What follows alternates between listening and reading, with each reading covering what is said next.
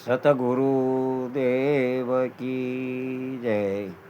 જનતા જનાર્દન ભગવાન કી જય.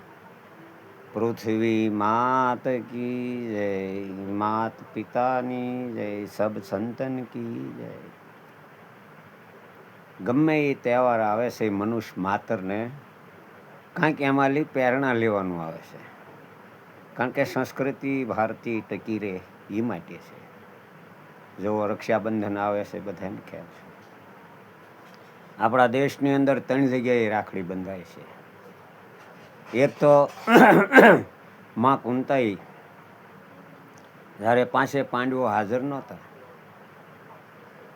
અને બીડું ફેરવ્યું સપ્તકોઠા યુદ્ધનું ઋષિ ગુરુ દ્રોણે, એ અભિમાન્યુ એ બીડું ઝીલે છે. માં કુંતાને ખ્યાલ આવે કે ભાઈ હાજર નથી. પછી એના રક્ષણ માટે માં કુંતાઈ એને અમર રાખડી બાંધે છે. બીજી રાખડી બળીરાજાએ જ્યારે યજ્ઞ કર્યો, છેલ્લો યજ્ઞ હતો, એ રાજા બળી બધા બેઠા હતા, સભા ભરેલી, યજ્ઞ સભા આખી, અને બટુક રૂપે વામન રૂપે પરમાત્મા આવે છે, ભિક્ષાન દેહી કરીને ઊભા રહે. બળીરાજા કહેશે પ્રભુ માગો, પધારો પધારો પધારો. તારે કે હું માગું એ આપીશ ને? તારે કે હા આપીશ. બોલો શું જોઈ છે? મારે 3.5 ડગલા પૃથ્વી જોઈ છે. પ્રભુ એમાં શું કરશો? 3.5 ડગલા? કાંઈક વધારે માગો, રાજ માગો, કોઈ વૈભવ માગો, તમારે ધ્યાન પડે એ માગો. બસ મારે 3.5 ડગલા પૃથ્વી લઈ ઝૂંપડી બાંધીને ત્યાં મારે ભજન કરવું છે. તથાસ્તુ કે એમ નહીં તો કેવી રીતે? સંકલ્પ કરતે. પછી ગુરુ શુક્રાચાર્ય ના પાડે છે કે રહેવા દેજે ભાઈ, દેતો નહીં.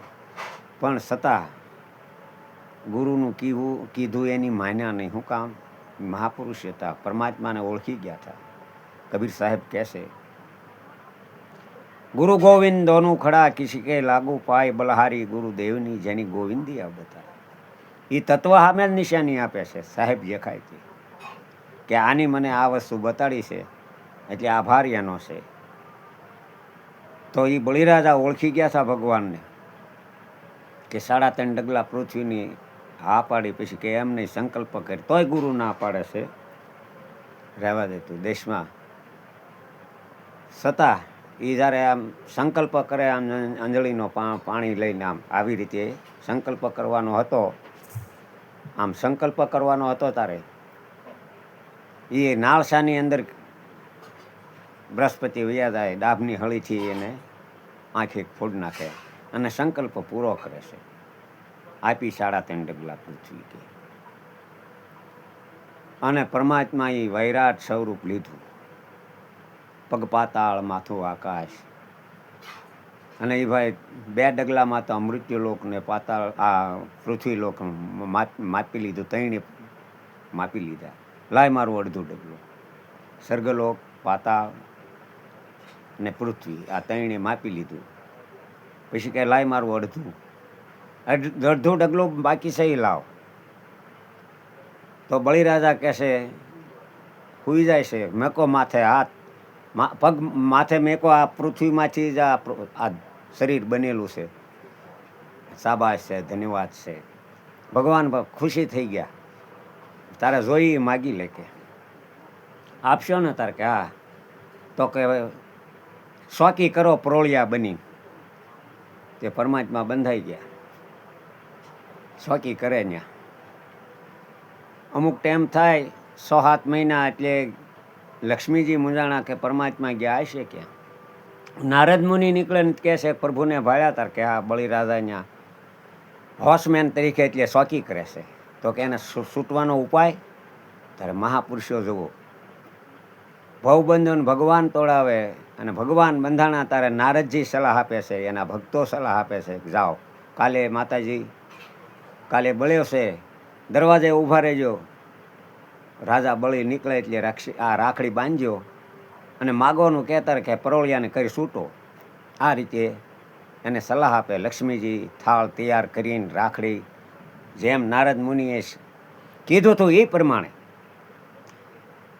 અને બળીરાજા નીકળે છે અને ત્યાં ઊભા રાખે. જમણો હાથ લાંબો કરો, ભાઈ હું તને રક્ષા બાંધું, રાખડી બાંધું છું. ત્યાં લાંબો હાથ આમ કરે એટલે રાખડી બાંધીએ. લક્ષ્મીજી માગ તારે જે બેન જોઈએ તારે કે પરોળિયાને છૂટો કરો, તે એ છૂટો કરે છે. પરમાત્મા એનાથી છૂટા થાય.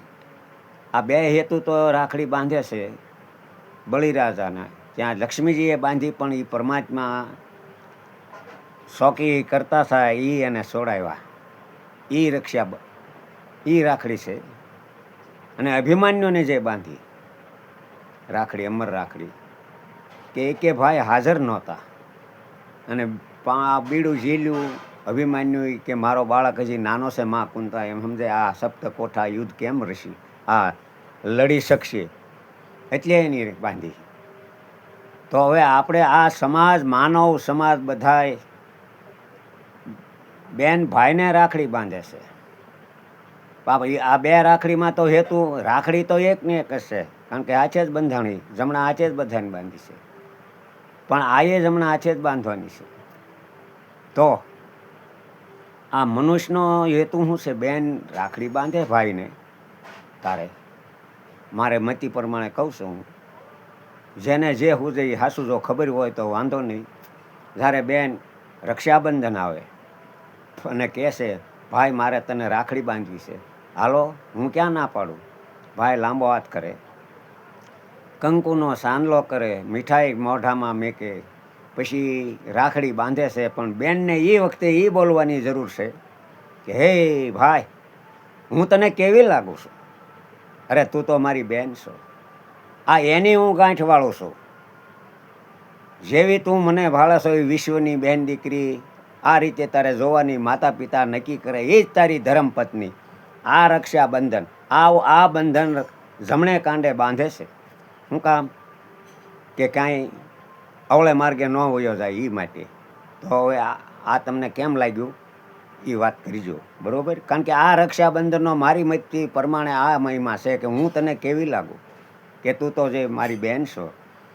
તો વિશ્વની બધી બેન તારી માતા પિતા જે નક્કી કરે એ જ તારી ધર્મપત્ની. બાકી તું મારું રૂપ જોજે. આ બંધન છે કે તું આમાં લઈ નકર જો પૈસા દે, કોઈ ઠામ લઈ દે, એ પૈસા ખૂટી જાય, ઠામ ગહાઈ જાય, પણ આ સંસ્કાર મરે ત્યાં સુધી હારી આવે. એટલે આ રક્ષાબંધનનો આ મહિમા છે. પછી તો જેની મતિ પ્રમાણે હવ કે તણસીના 60 દિવસ ના આશીર્વાદ ગોરદાદાએ કહે. પણ આ જે આપણો માનવ સમાજ બેન ભાઈને જે રક્ષણ કરે છે રાખડી દ્વારા, આ માટે કરે છે કે હું જે તને લાગુ છું, તું મારી બેન છો. એવી રીતે વિશ્વની દીકરી તારે સમજવાની, માતા પિતા નક્કી કરે એ જ તારી ધર્મપત્ની. તો આ સંસ્કાર ટકે અને એ કાંઈ ગહાય નહીં. કારણ કે મગજમાં બેસી ગયા પછી જો આ મરે ત્યાં સુધી ન ગહાય. એટલે આ માનવ સમાજ માટે આ તહેવાર એક છે ને, એ આપણી સંસ્કૃતિને જાગૃત રાખવા માટેના છે. પછી રામનવમી આવે, બધું એક તહેવાર પછી એક તહેવાર આવે છે, પણ માનવ જાતિની જાગૃતિ માટે આવે છે. શું કામ? કે નાના જે બાળકો પસવાડે હોય એની જાગૃતિ રહે કે આ મારા માતા પિતા ભાઈઓ આ બધું કામ કરે છે, તો એ પ્રમાણે મારે કરવાનું હોય. સંસ્કૃતિ ટકાડી રાખવા માટેની આ વસ્તુ છે. પછી તો આમાં શું હોય ભાઈ કે જેની મતિ પ્રમાણે હવે વાત કરે.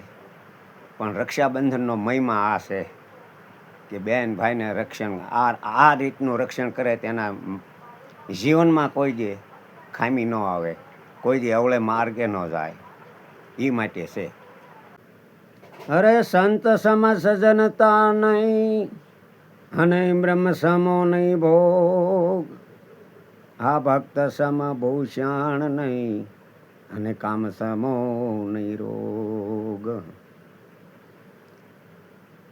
વણસ્યો દીઠે વર્ણ કો ને ભૂલો દીઠે ભેદ, એક સમદ્રષ્ટિએ મારા સંત દેખે એમ શાખ પૂરે છે વેદ. મૂર્ખને બોધ ન લાગે રે એને સંત ભલે સમજાવે. એને સંત ભલે ને સમજાવે રે એને ચાર વેદ ભલે ને ભણાવે. મૂર્ખને બોધ ન લાગે રે એને સંત ભલે સમજાવે. ઊનું વાસણ ને તળિયે અગ્નિ ટાઢા જળ ને તપાવે. ઈ ભાઈ તો ટાઢા જળ ને તપાવે. હે ઊંડું વાસણ ને તળિયે અગ્નિ ટાઢા જળ ને તપાવે. હે ભાઈ ટાઢા જળ ને તપાવે. હેજી શીતળતા ગયા આગ ઓલવવા ત્યાં પોતે તપી જાવે. મૂર્ખને બોધ ન લાગે રે એને સંત ભલે સમજાવે. હેજી સંત ભલે ને સમજાવે રે એને વેદ ભલે નહીં ભણાવે. મૂર્ખને ગેમાર ને બોધ ન લાગે રે ભાઈ એને સંત ભલે સમજાવે. હે સાપના મુખમાં સ્વાતનું ટીપું એમાં મોતીડા ક્યાંથી થાવે. હે ભાઈ એમાં મોતીડા ક્યાંથી થાવે. સાપના મુખમાં સ્વાતનું ટીપું મોતીડા ક્યાંથી થાવે. હે ભાઈ એમાં મોતીડા ક્યાંથી થાવે. હેજી ખારા ખેતરમાં અમૃત વાવો મીઠપ ક્યાંથી આવે. મૂર્ખને બોધ ન લાગે રે ભાઈ એને સંત ભલે સમજાવે. સંત ભલે ને સમજાવે રે એને વેદ ભલે ને ભણાવે. મૂર્ખને બોધ ન લાગે રે ભાઈ એને સંત ભલે સમજાવે. હેજી ત્રણ ભુવનમાં જીકે તડાકા સામો ગુરુને જ્ઞાન બતાવે. હે ભાઈ તો ગુરુને જ્ઞાન બતાવે. ત્રણ ભુવનમાં જીકે તડાકા સામો ગુરુને જ્ઞાન બતાવે. હે ભાઈ તો ગુરુને જ્ઞાન બતાવે. હેજી એક વાત જો કોઈ કહે તો બે ત્રણ આડી અડાવે. મૂર્ખને બોધ ન લાગે રે એને સંત ભલે સમજાવે. સંત ભલે ને સમજાવે રે એને વેદ ભલે ને ભણાવે. મૂર્ખને બોધ ન લાગે રે ભાઈ એને સંત ભલે સમજાવે. હેજી પ્રભુ ભજનમાં આડો પડીને ગાયું પોતાનું ગાવે. હે ભાઈ ઈ તો ગાયું પોતાનું ગાવે. પ્રભુ ભજનમાં આડો પડીને ગાયું પોતાનું ગાવે. હે ભાઈ તો ગાયું પોતાનું ગાવે. કાક કહે સૌની નિંદા કરીને કાગ કહે સૌની નિંદા કરીને નકી નરકે જાવે. મૂર્ખને બોધ ન લાગે રે એને સંત ભલે સમજાવે. સંત ભલે ને સમજાવે રે એને વેદ ભલે ને ભણાવે. મૂર્ખને બોધ ન લાગે રે ભાઈ એને સંત ભલે સમજાવે. બોલો સદગુરુદેવ કી જય. કારણ કે મહાપુરુષની કોઈ પણ વાણી હોય એમાંની પ્રેરણા જરૂર મળે. માણસ કેમ થવાય, માણસ કોને કહેવાય, એ માટેની સૌને પ્રેરણા મળે છે. તો મારા પ્રેમી ભક્તો, મિત્રો, સંતો, જે આ સાહકો હોય એને મારા પ્રણામ છે. બોલો સતગુરુદેવ કી જય.